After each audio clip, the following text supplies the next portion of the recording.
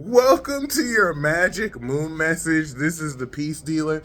May I invite you to just start your day off with morning rants or afternoon rants, like just starting the day off talking unmitigated, just starting the day off having the unmitigated gall to just talk incessant shit and to just go off is the most therapeutic experience.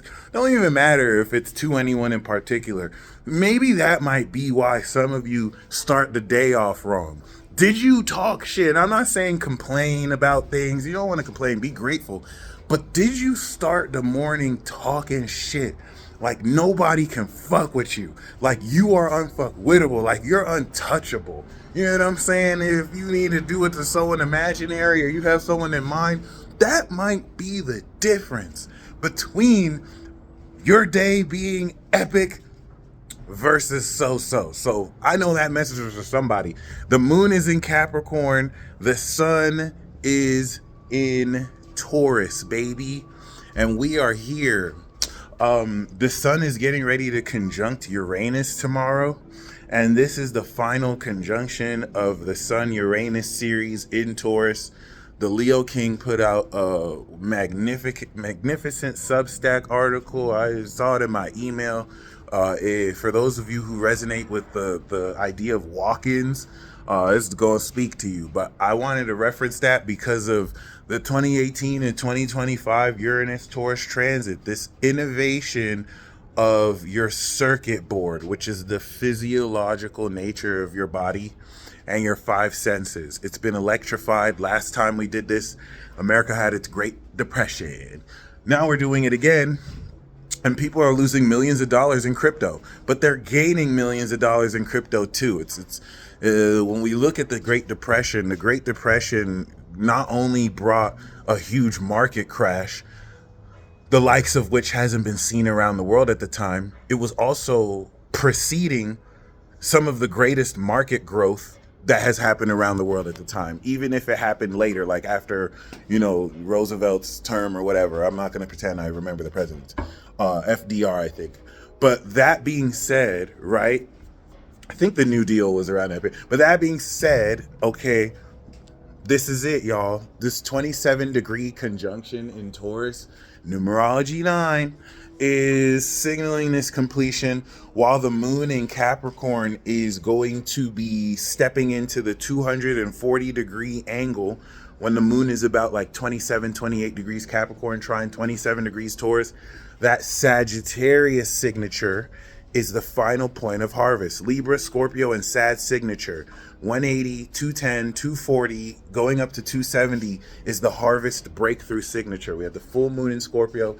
We had the moon in Sagittarius that transformed your perspective to see what you're harvesting. And now Capricorn is applying this vision practically and tangibly with this earth sign. Boy, I got gray hairs. I had these bitches since 13, but damn, there's more. So this is taking this vision and it's applying it. The Sag signature and the earth sign now shows you more the reality of this process that's been activating, integrating, and harvesting. So this is the final part of the harvest. Moon's going to go into Aquarius. We'll complete it as the sun goes into Gemini, and we entirely game change our perspective. So why I'm excited about this is, one, the moon in Capricorn is actively going to teach you the understanding of using this new activation. And what I want to align this new, it's not limited to this. This is just a concept I'm going to use to make sense of this. We want to say Uranus conjunct the sun in Taurus is instant manifestation. It's since 2018 been activating elements of instant manifestation for you. But since 2018, your self-worth may have still been under construction through this transit. So let's say you were instant manifesting 2018, but you didn't have as much confidence in yourself like you do now. You haven't innovated it like you have now. You may have had certain blocked portals because you got in your own way, because you weren't as aligned with your wealth, that since 2022 evolved with Jupiter here, expanding the quality of how much more worth and wealth you can have into. So this is the final point in 2025 at 27 degrees, which now will make going into easy breezy Gemini a smooth flow of aligning your intentions and will with what actions you take and how you bring this in most cases by not even having to lift a finger, because you've already manifested or you've already created a foundation with which your intentions can flourish. All right. A bunch of pseudoscientific garbage seen by as the scientific community, but innovative brilliance and genius that will help you think outside the box if you actually, don't like being gaslighted by institutions that don't know their chart ruler or don't think you have a moon sign. That being said, once again, the conjunction to Uranus is really activating this final cycle of innovation. This is going to bring the sun on a whole new cycle. By the time it comes back around to Uranus, it's going to be in Gemini.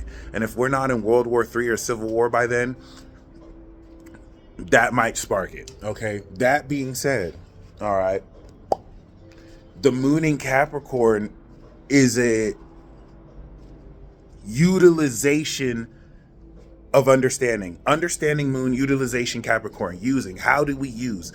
What are we using, right? So you're coming into a tutorial of constructing and ordering with the Cap moon, applying the vision of Sag. This is what to do to instant manifest. This is what you're aligning. This is the organization. This is the order of operations. All right. The moon is going to guide you subconsciously to show you the tangible result, the direction, the integrity of the value that you are activating and manifesting. And of course, since the two I told you so tours, the same collective frequencies, the social projections from others that wish to see you as less than you are, they couldn't fulfill the burden of proof the last I told you so tours. So all they can do, instead of taking accountability to admit they were never right about you, is to just hurl more ad hominems to your face because you burned their straw mans and you called out their red herrings. So let them wallow in the pitiful nature of fallacies. There's nothing that is needed to be done. All they can, I hope that makes sense. The time to really, prove or justify their stance that you have proven wrong over the past 2 years, they never did. They were too cool to do. Don't let them come up now and try and bring it up it's not fact. I want to just be clear. Nothing that could be brought up are any new facts. It's not like we have developments. The time for that is complete. We had a thorough tour. We had a thorough 2-year period of the North Node in Aries that really brought everything needed to establish this. Moving forward, we're stepping into the new, and outside of any accountability that is not being taken by others who need to express that to you, you don't need to entertain any of that.